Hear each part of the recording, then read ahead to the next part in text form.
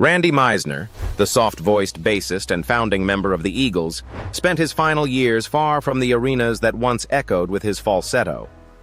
Instead, he settled inside a quiet Studio City home where sunlight, stillness, and slow mornings replaced the noise of fame. Nothing about the place was flashy. It was simply the kind of refuge a tired musician chooses when he wants the world to soften. This is the story of his last, gentle retreat. Randy Meisner was born in 1946 in Scottsbluff, Nebraska, the child of a farm family whose days were shaped by early mornings, long fields, and the quiet discipline of rural life. Music slipped into his world almost by accident. A guitar borrowed here, a local show there, until it became the thing that pulled him far beyond the borders of his hometown. At 15, he joined the Dynamics, a Nebraska band that played school dances and community halls. They released a small EP in 1962 and even signed with Sully Records in 1965. A modest success, but enough to open a door. By the mid-60s, Meisner took a leap. Many musicians never dare. He moved to California. There he joined the Soul Survivors, later renamed The Poor, a band with talent but little luck. They opened for the Jimi Hendrix Experience during a 2-week run in New York. A moment that looked glamorous on a poster but barely paid the airfare home. Still, it pushed Meisner deeper into the Los Angeles music scene. In 1968, he briefly joined Poco, one of the early pioneers of country rock. But internal tensions sent him out the door before their first album was released. A year later, he landed with Rick Nelson's Stone Canyon Band, recording and touring through Europe until homesickness sent him back to Nebraska, where he worked at a tractor dealership, a strange, quiet pause in the career of a rising musician. Eventually, Los Angeles pulled him back. Linda Ronstadt hired him for her touring band in 1971. And it was in her rehearsals that Meisner, Don Henley, Glenn Frey, and Bernie Leadon discovered their chemistry. Later that same year, the four formed the Eagles under David Geffen's Asylum Records label. From there, the climb was meteoric. Between 1972 and 1977, the Eagles became one of America's defining rock bands, releasing hit after hit, winning 6 Grammy Awards, and selling millions of records. Their compilation, Their Greatest Hits 1971 to 1975, would eventually sell over 38 million copies in the United States alone, becoming the best-selling album in American history. Meisner's falsetto on Take It to the Limit became one of the band's most recognizable moments, a vocal performance still talked about decades later. But the success took a toll. The endless touring, the fights, the pressure to push through illness, it wore him down. After a backstage argument with Glenn Frey in Knoxville in 1977, triggered by Meisner refusing to perform a second encore due to exhaustion and the flu, he left the band. Timothy B. Schmidt stepped in, just as he had once replaced Meisner in Poco. The years after Eagles were gentler but less visible. Solo albums, small tours, and time spent with groups like Randy Meisner and the Silverados and Black Tie. He appeared at the Eagles Rock and Roll Hall of Fame induction in 1998, but turned down the 2013 History of the Eagles tour due to health issues bit by bit. He stepped away from the industry that had both made him and worn him out. After years spent moving from stage to stage and city to city, he finally stepped away from all the noise. What waited for him next was quieter. A small, sunlit home in Studio City, where life slowed to a pace he could finally keep. Studio City House. Randy Meisner bought his Studio City home in 1996 for $2 million, choosing one of the quietest parts of the neighborhood.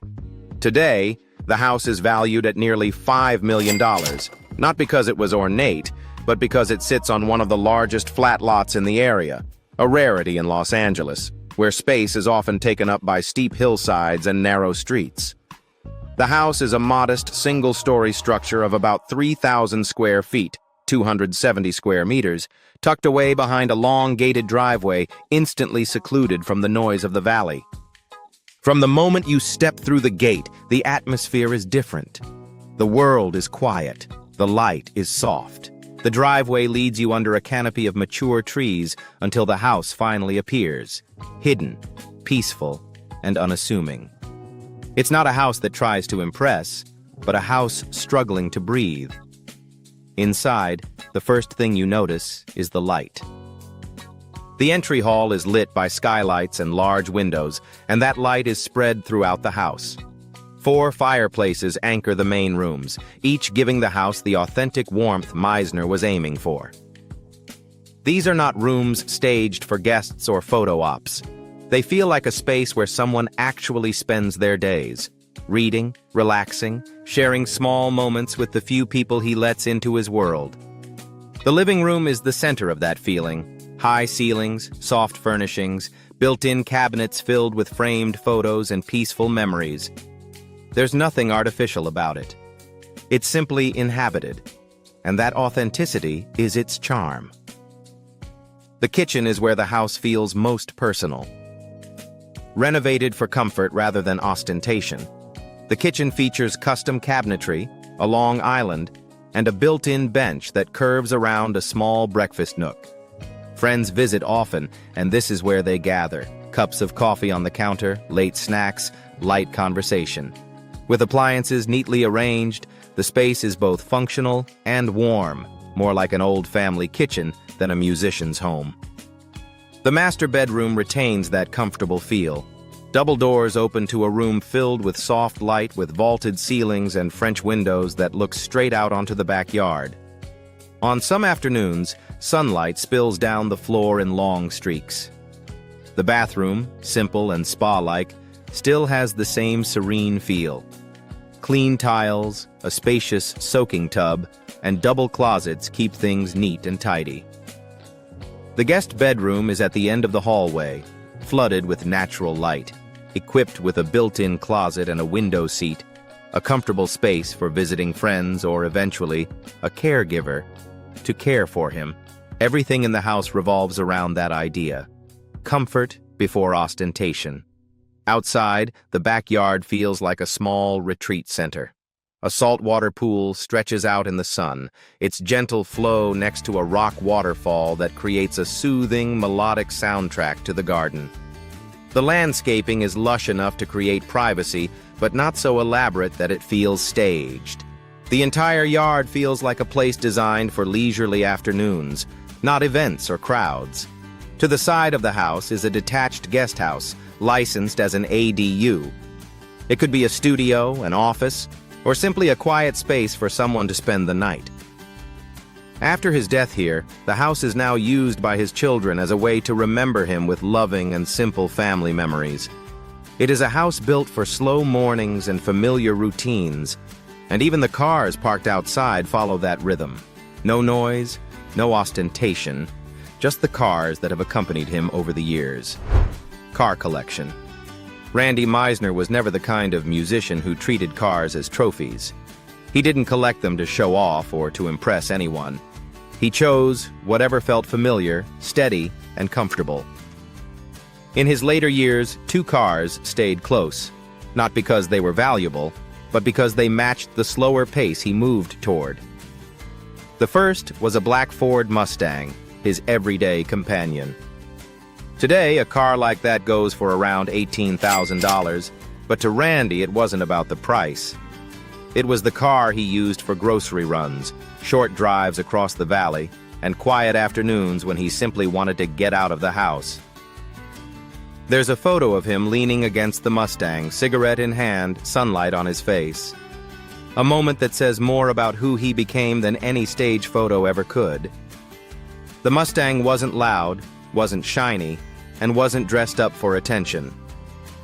It was just the vehicle that fit the rhythm of his days. Then there was the second car, a 1957 Ford Thunderbird, painted in a soft California pink.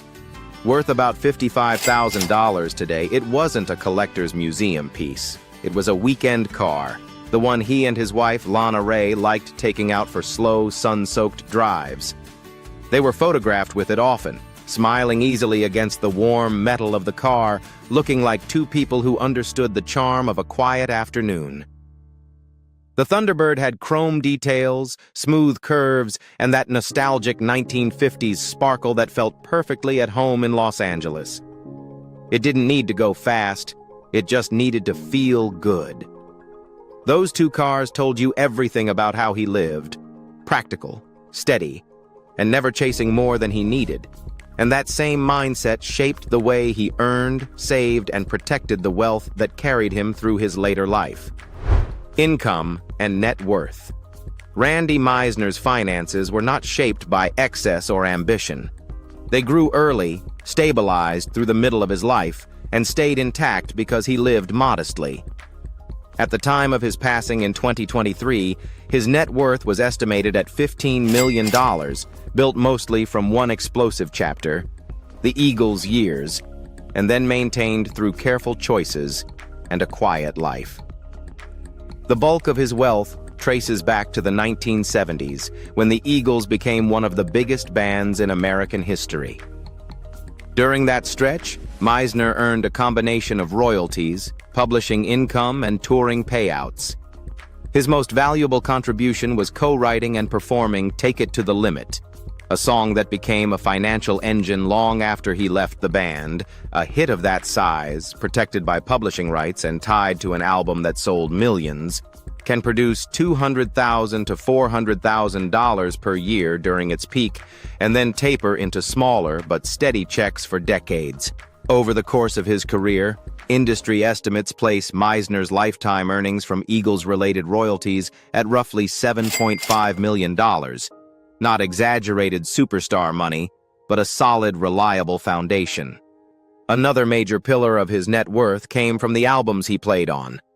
Their greatest hits, 1971 to 1975, became the best-selling album in U.S. history, moving more than 38 million copies and earning multi-platinum certifications from the RIAA. Even with earnings split among writers, performers, and the label, Meisner continued receiving meaningful payments from this catalog throughout his life. The success of the Eagles' music, especially in streaming and radio formats, allowed him to collect passive income even when he was no longer touring outside the Eagles. His solo projects and touring with Randy Meisner and the Silverados, and later Black Tie, brought in modest but consistent money. These years of work weren't meant to rebuild fame. They were meant to keep the lights on, support his family, and add a gentle cushion around the royalties he already earned. Taken together, these projects likely added low six figures over time. Real estate formed the most stable part of his financial life. In 1996, Meisner bought his Studio City home for $2 million, choosing one of the quietest cul-de-sacs in the neighborhood. As Los Angeles property values climbed over the next 3 decades, that same home rose to nearly $5 million in value, becoming the single largest asset he owned. Alongside it, he held smaller Nebraska properties worth around $500,000 to $600,000, bringing his total real estate holdings to about $5.5 to $6 million. What remained, roughly $9 million, came from conservative investments, savings, and the ongoing value of his publishing catalog. Meisner was never a spender. He didn't chase risky ventures, open restaurants, launch brands, or invest in tech. He lived within his means, kept his expenses small, and relied on the steady year-to-year income the Eagles' catalog generated for him. In his final decade, his annual income is believed to have stayed around $300,000 to $500,000, enough to cover medical care, household needs, and the quiet lifestyle he preferred without strain. His financial story isn't dramatic.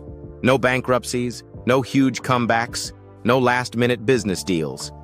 It's the story of a man who earned well during one bright moment in time and then held on to what mattered: his home, his savings, his royalties, and the slow rhythm that money allowed him to live. His wealth didn't define him. It simply supported the quiet life he chose after the spotlight faded. And from that steady foundation, the story gently shifts toward something even more revealing: the way he gave back, quietly and without expectation. Philanthropy. Randy Meisner approaches giving the same way he approaches life. Quietly, without fanfare, and always from the heart. He has never used his philanthropy to seek attention, but over the decades, his presence and contributions have made a real impact on many causes. His first known contributions came in the 1970s, when he performed in several fundraising concerts for cancer research. These events, which combined musicians, community gatherings, celebrity tennis matches, and local donors, typically raised between $500,000 and $700,000. And while Meisner was not the main host, his participation added valuable momentum. The money went to research centers and treatment programs, years before modern fundraising methods were available. Even then, he didn't ask for recognition. He simply showed up when the cause mattered. In the 2000s, Meisner supported health and child welfare programs through events hosted by the World Classic Rockers, a rotating cast of legendary bands. One of the most memorable was the Art and Innocence Festival, which raised money for summer camps and therapy programs for children with serious health or mental challenges. Over the years, his contributions are estimated to have helped generate more than $500,000 for these programs, a meaningful impact for families who needed support rather than attention. His philanthropy wasn't limited to big events.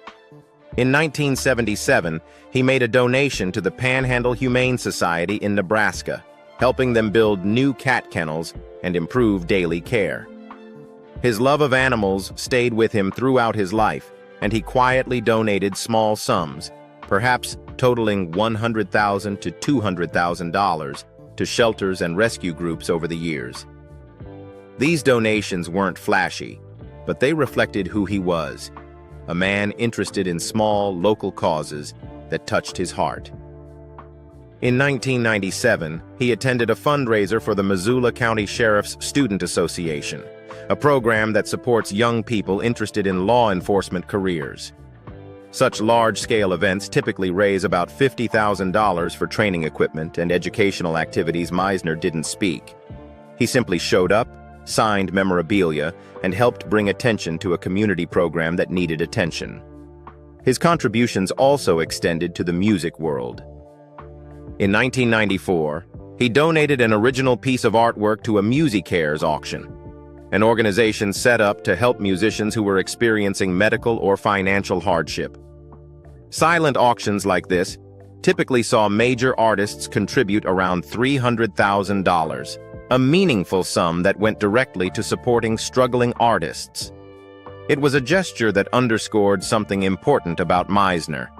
He never forgot the musicians who worked behind the scenes or the thousands of artists who didn't have the same protections he did.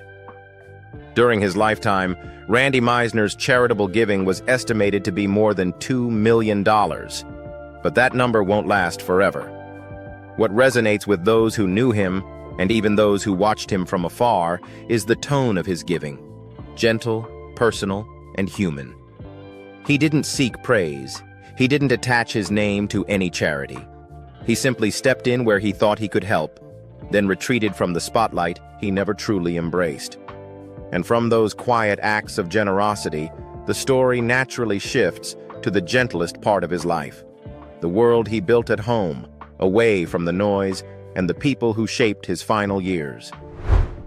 Personal life. By the time Randy Meisner reached his later years, the world around him had grown much softer. The Studio City home he settled into became a place where mornings felt slow, the kitchen smelled of coffee and sunlight, and the days passed not with deadlines or rehearsals, but with familiar voices drifting in and out of the rooms. His personal life had always been a tapestry of love, strain, family, regret, and deep affection. But in these final chapters, everything quieted into something more peaceful. Inside the house, life moved at an easy, gentle rhythm. Friends stopped by often, usually without much planning. They would sit at the kitchen island, the same one where Meisner kept bowls of fruit, handwritten notes, and small keepsakes. and talk about old times or music or just how the day had gone. The home had a lived-in warmth, soft carpets underfoot, sunlight stretching across the floor, and framed photos showing Randy at different ages, smiling with people who meant something to him. His personal life carried memories of 2 marriages. His first, to his high school sweetheart Jennifer Lee Barton, lasted nearly 20 years and brought 3 children into the world, 1 son and a pair of twins. Those early years were messy and beautiful in equal measure. A young couple trying to raise a family while Randy was on the road, chasing a career that grew larger than anyone expected. Even after the marriage ended in 1981, that chapter remained a quiet part of who he was. A reminder of the boy from Nebraska who suddenly became a star. Years later came Lana Ray, the woman who shared more than a decade of life with him before they married in 1996. Their relationship was layered and complicated, marked by love but also shadowed by Meisner's struggles with alcohol, exhaustion, and the emotional weight he carried after leaving the Eagles. Yet despite the turbulence, the two stayed connected, building a world inside their Studio City home that held both the good and the hard moments. When Lana passed away in 2016, the loss left a mark on him. A deep, heavy grief that followed him into the quieter years that came after. In his final season of life, Meisner lived under medical supervision, with caregivers helping him navigate the challenges of aging and health decline. But even then, there were bright moments. The laughter of close friends visiting, the stillness of afternoons spent near the backyard window, the comfort of familiar rooms filled with familiar things. People described him as softer during this time, calmer, more reflective. He wasn't a rock star anymore. He was simply a man at home, trying to make peace with everything he had lived through. The quiet he found in those years wasn't glamorous, but it was real. A kind of peace that money can't manufacture and fame can't sustain. It was the ending he needed, not dramatic, not cinematic, just gentle. If you enjoyed learning about Randy Meisner's life and the quieter world he built away from the spotlight, be sure to like, subscribe, and tell us which artist or legend you'd like us to explore next.